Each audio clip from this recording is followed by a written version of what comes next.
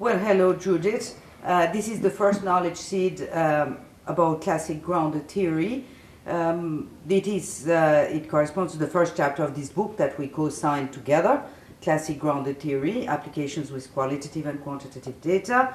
Now, perhaps we can help people situate GT better on the general research landscape. Could you tell us the objectives of this first knowledge seed, Judith? We have two objectives in this knowledge seed. The first is we want to explore the origins of grounded theory. And secondly, we want to understand grounded theory as a general research paradigm. Right, so can you tell us about how did GT come about originally? Well, we know that the methodology was delivered in a book called Discovery of Grounded Theory, authored by Barney Glaser and Anselm Strauss.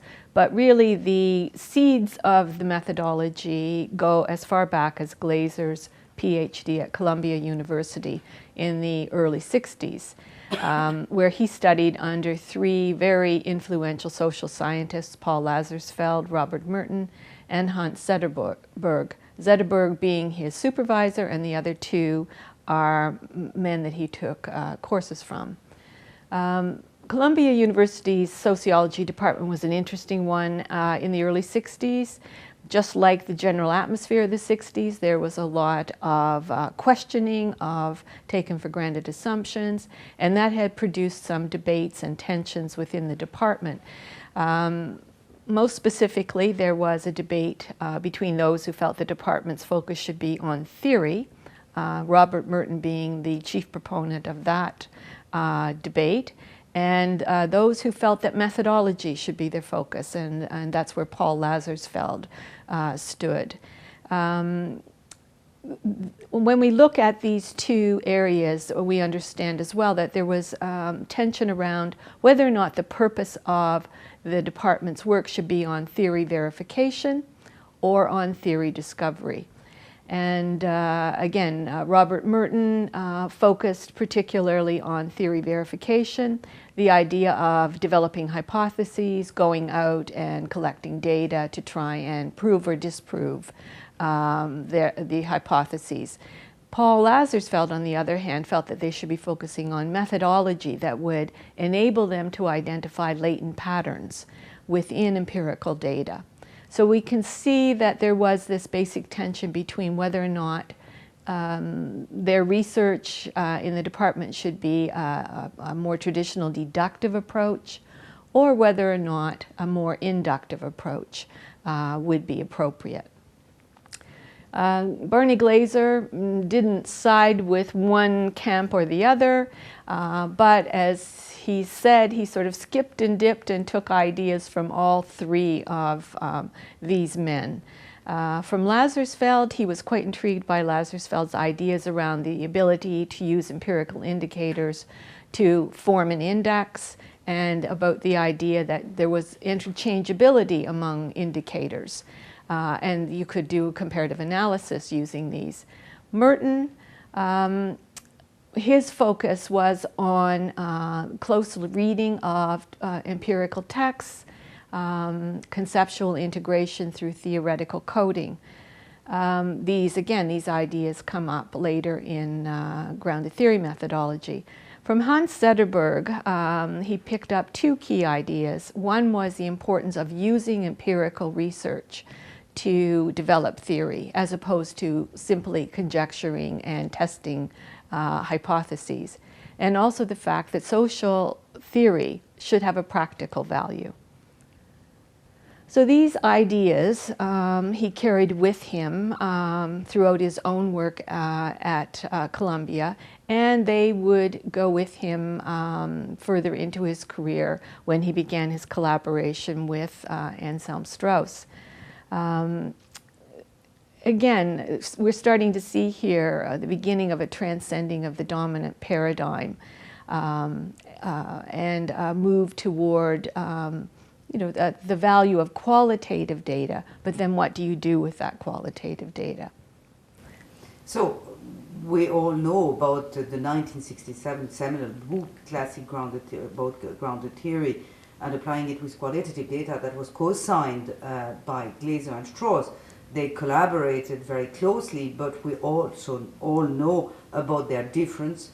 Can you tell us more about how they came from collaboration to arrive to difference, and were their differences really significant? Right. Well, let's have a look at Strauss to begin with. First of all, he had a very different orientation and background from Barney Glaser. He came from the Chicago School, where the orientation was around anthropology and ethnography. So there was a lot of focus on field work and data collection, rich descriptive detail. He had a symbolic interactionism perspective, again from his training at the Chicago School, and he was highly influenced by Bloomer's idea that context was very important in doing any kind of social research. Glaser and Strauss actually met in San Francisco. Barney Glaser moved back there. It was his home. He moved back after finishing his PhD. And as I understand it, they met at a party and began to chat. I believe that Strauss probably recognized Glaser as a bright, young potential postdoc. Strauss was 15 years older. He had been recruited to University of California, San Francisco to head up a new medical sociology department and to establish a new nursing school there. And so he invited Glaser to join him on a new research study that he had just received funding for. And this was the study that would produce the famous book, Awareness of Dying, which was the very first grounded theory produced through that work. And it was the very first time Barney Glaser worked with qualitative data. Yes, and it was a chance for him to see how the ideas that he had developed with his own PhD, which was secondary analysis of quantitative data, and he could see that the same techniques, the same methodology could be applied to qualitative research. So in this study, it was interesting that they sort of divided the work. Strauss managed the field work, and Glaser in the back room did the analysis, and again explored how his ideas about methodology could be developed with other types of data. So we can see that he began to see how you could use these techniques, and that really the procedures work just as well with qualitative data as long as you were conceptualizing the data and looking then for those latent patterns in the data. So after collaborating together and bringing this fabulous book, Awareness of Dying, that was vastly acclaimed, how did they come to disagree? Well, to begin with, we know that they wrote the book of discovery to capture the methodology. They both stayed on at UCSF. Both were teaching graduate students. But what happened was that they were doing their own work separately. They were not, they didn't have another study to work on together. Glaser continued developing his ideas around grounded theory methodology and piloted them with graduate students, had them working on different studies for their own PhDs. Strauss, my sense is that he reverted back to his real love, which was more of a qualitative research approach, and that he tended to create more structure in what he did. And he produced a book in 1987 where we see that structure that he felt students needed in order to use the methodology. Glaser had already published in 1978 his book, Theoretical Sensitivity, which really elaborates the methodology. And he had developed that, again, as a grounded theory, because he had taken copious field notes through all the seminars that he did with students. He had the students take field notes, and he used those, analyzed them, and then produced the book. He used his students' work Yes. as data for his own work. Exactly. On methodology. On methodology, yes.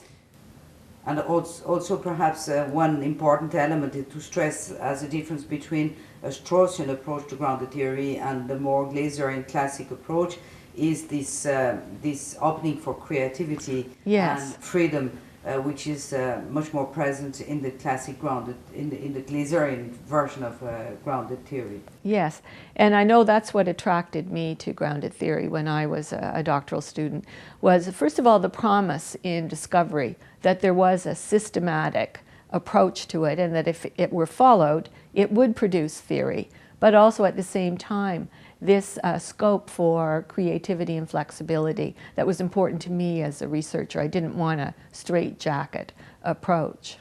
Anyway, can you tell us a little bit more about the nature itself of grounded theory and why it is so powerful and so vast in its use? Well, let's start with the definition. In Glazer's 78 book, he refers to grounded theory as the systematic generation of theory from data that has itself been systematically obtained. So there is some rigor in terms of the way this data is collected and the way the theory is developed.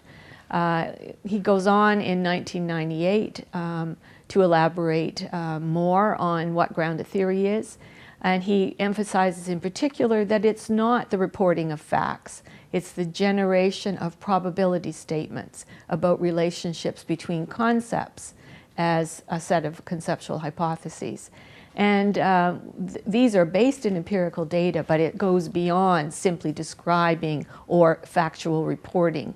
Yeah, and here again we touch one main difference between Straussian and Glazerian grounded theory is that in the Straussian approach, description is acceptable, yes. Whereas in a classic grounded theory approach, a Glazerian approach, relationships between concepts have to be highlighted. Description is certainly not sufficient.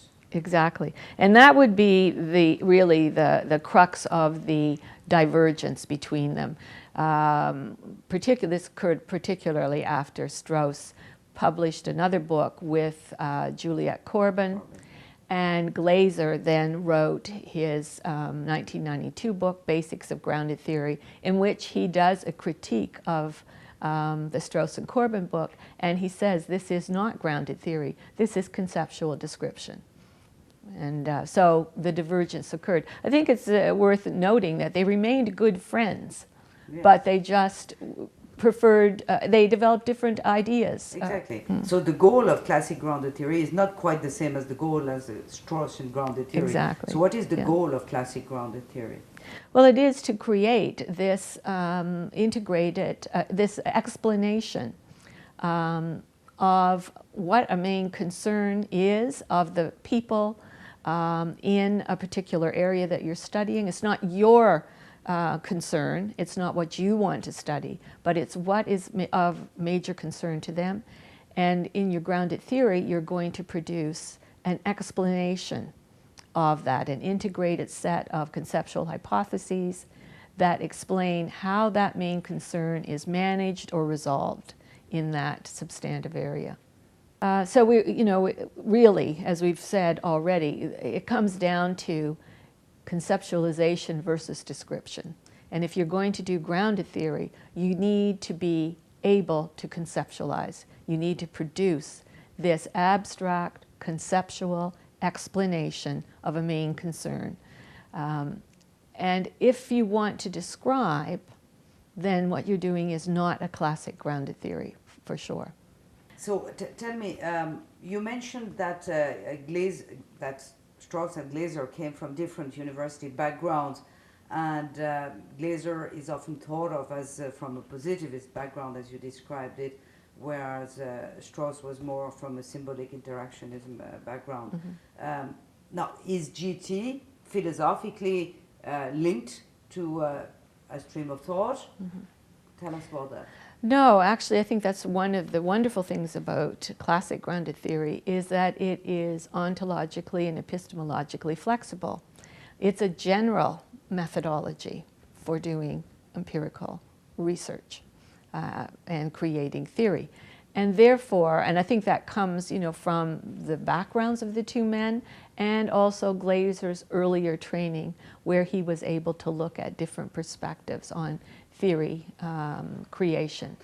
That's classic grounded theory. Yes. It's neutral, but we know, of course, that some different streams of grounded theory, like constructivist grounded theory, have been developed, but we'll come back on this in the next knowledge sheet. Yes.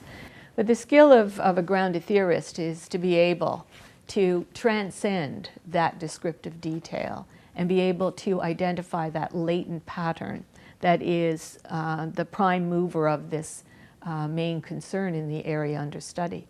And, you know, to be able to do that, you have to be able to leave that descriptive detail behind and focus on that set of concepts. That descriptive stage is just, in classic grounded theory, is just the starting point of the theory. Exactly. It's certainly not the theory in itself. Exactly. So tell us more about classic GT as a paradigm in itself. As you've said already, there have been many variations of grounded theory put forward since that first 1967 book. I think what's interesting to think about is how the qualitative research community really embraced grounded theory, because it gave them justification through this systematic approach to research.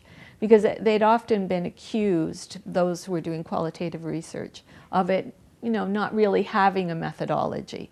And so they were attracted to classic or to grounded theory. But many people did not appreciate the fact that you had to use the full package if you wanted to do a classic grounded theory, that it is a full package methodology. So what you started to see were qualitative researchers borrowing various techniques from the grounded theory package, but not using the full package. And so you know, there are many studies that have been published that purport to be grounded theories, but when we take a close look at them, we'll see that many of them simply state that they've used constant comparison and theoretical sampling, for instance. And therefore, as a classic grounded theorist, we would not consider that a pure grounded theory. It's nice that they've borrowed some of the techniques, and it helps in their research, but it's important, I think, to be able to differentiate between that as purportedly a grounded theory and a full package classic grounded theory. Yeah, our advice in this kind of case would be to indicate that authors have used some tenets of classic grounded theory, yes, but certainly not that they've used an approach, a grounded theory approach. Right, yes. Well, this finishes the first knowledge seed about classic grounded theory. Thank you, Judith.